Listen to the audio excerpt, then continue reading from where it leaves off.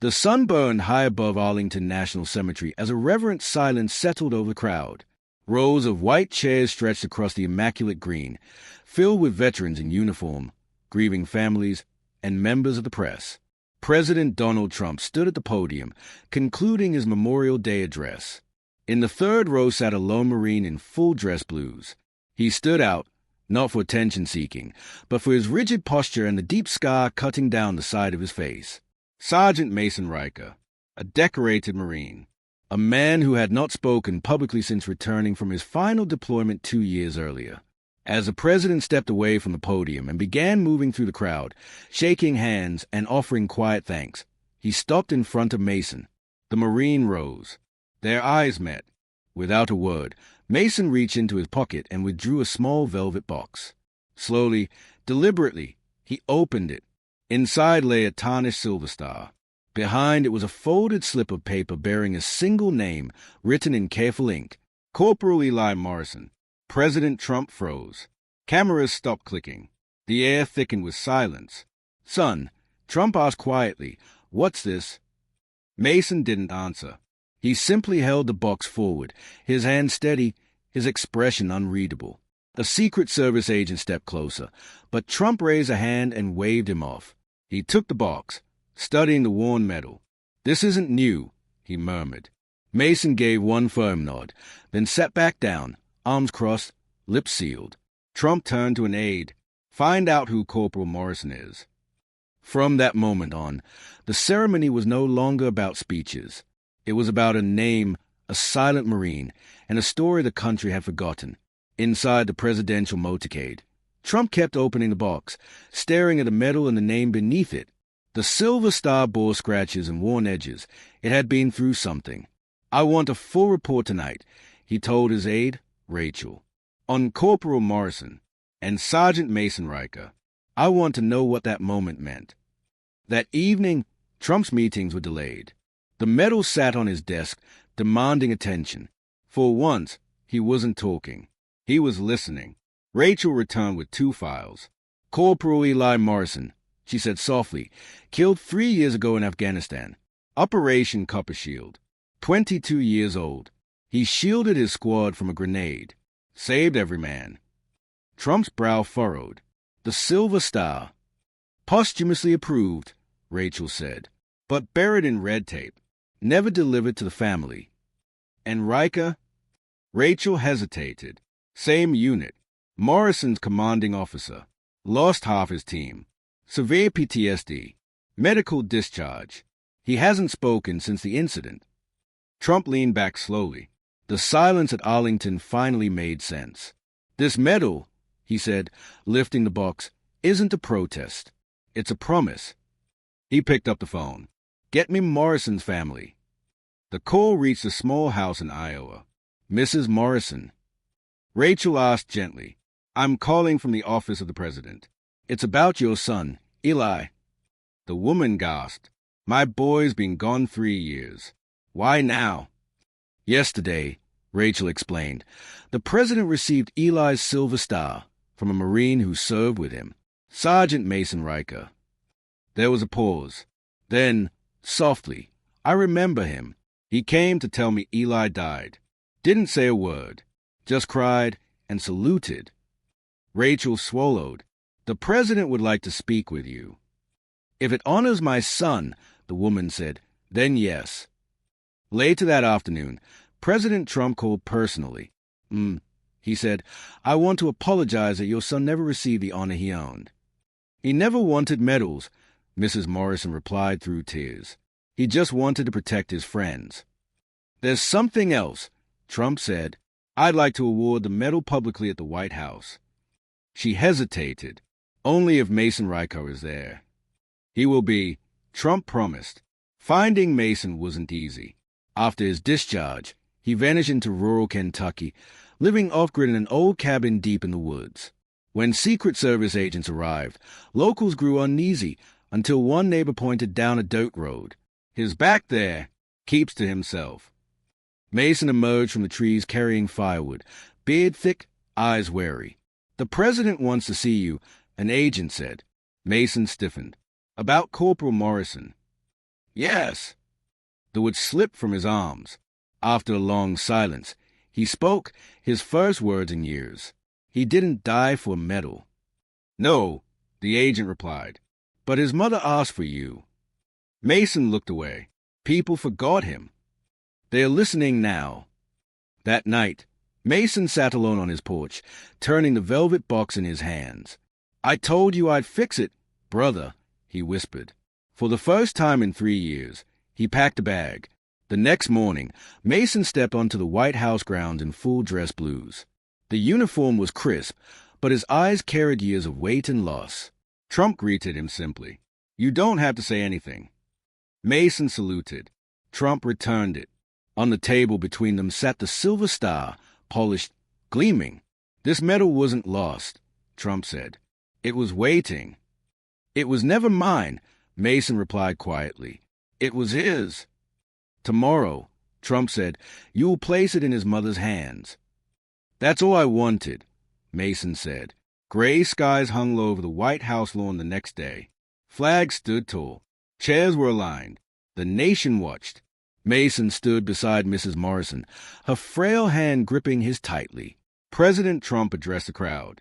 Today, we correct something long overdue.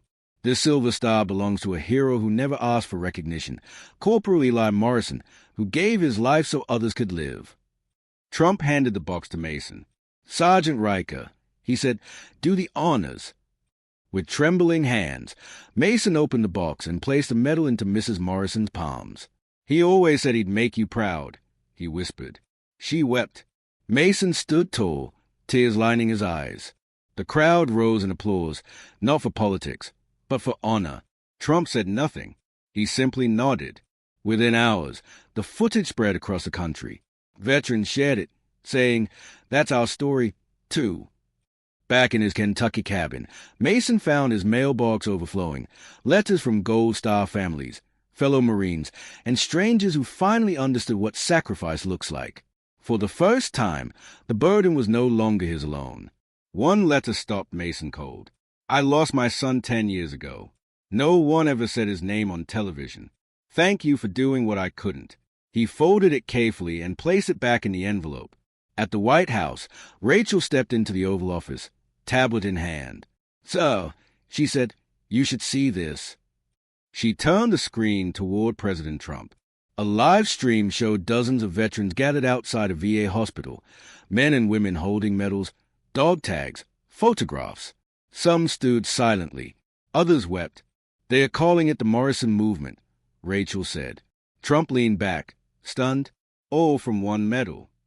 Rachel smiled faintly. Sometimes a name is more powerful than any speech. He nodded slowly. Get Mason back here. I want to ask him something. Mason stood in the rose garden later that afternoon, uncomfortable amid the symmetry and quiet elegance. Trump approached casually, hands in his coat pockets. You never wanted attention, Trump said. I know that. But what you started out there, you helped more people than I ever could. Mason said nothing. I want to offer you something, Trump continued. Not politics, not another medal, a mission. That got Mason's attention. A program for forgotten heroes, Trump said, led by veterans, quiet, purposeful. You be the face, never the voice, if you don't want to be, just a presence. Mason tilted his head. Why me? Because people believe you, Trump replied. Because your silence said what speeches never could. Mason looked toward the flag fluttering above the garden. I'll think about it. No rush, Trump said. Just know, the world is listening now. Days later, Mason appeared unannounced at a VA hospital in Washington. Word spread quickly. Veterans emerged from rooms and hallways just to see him. A Marine in a wheelchair rolled up beside him, sleeves empty. You're the one with the medal, the man said. The quiet guy. Mason nodded. I didn't think anyone cared anymore, the Marine said. But you reminded me we still matter. Others gathered. One handed Mason a unit patch. Another pressed a faded photograph into his hand. Mason didn't speak much. He didn't have to. A doctor pulled him aside later. You've done more in 1 week than years of therapy ever could. That night, Mason whispered, I'm just returning what I owe. And for the first time, he felt something inside begin to mend. President Trump soon ordered something rarely done. A section of Arlington National Cemetery was dedicated to those who never received formal recognition, those who fell without fanfare. At its center stood a stone engraved with simple words. In honor of the names we almost forgot, Mason stood beside Mrs. Morrison, who wore her son's medal on a chain around her neck. There were no long speeches, only names, read aloud by families from across the country. Trump kept his distance, allowing the moment to belong to them. Mason traced Eli's name with his fingers. "You're not forgotten," he whispered. "Never again." Weeks later, Mason was invited to speak at a high school rock program. He didn't want to go, but Rachel insisted. "They need real heroes," she said. Mason wore civilian clothes and kept his head down. The teacher introduced him simply. "This is Sergeant Mason Riker. He doesn't speak much, but his silence changed the country." A student raised her hand. "Do you think being a soldier is worth it?" The room fell silent. Mason didn't hesitate. "It depends what you're fighting for," he said. "I fought for my brothers. Some didn't make it home, but I carry them with me." He paused.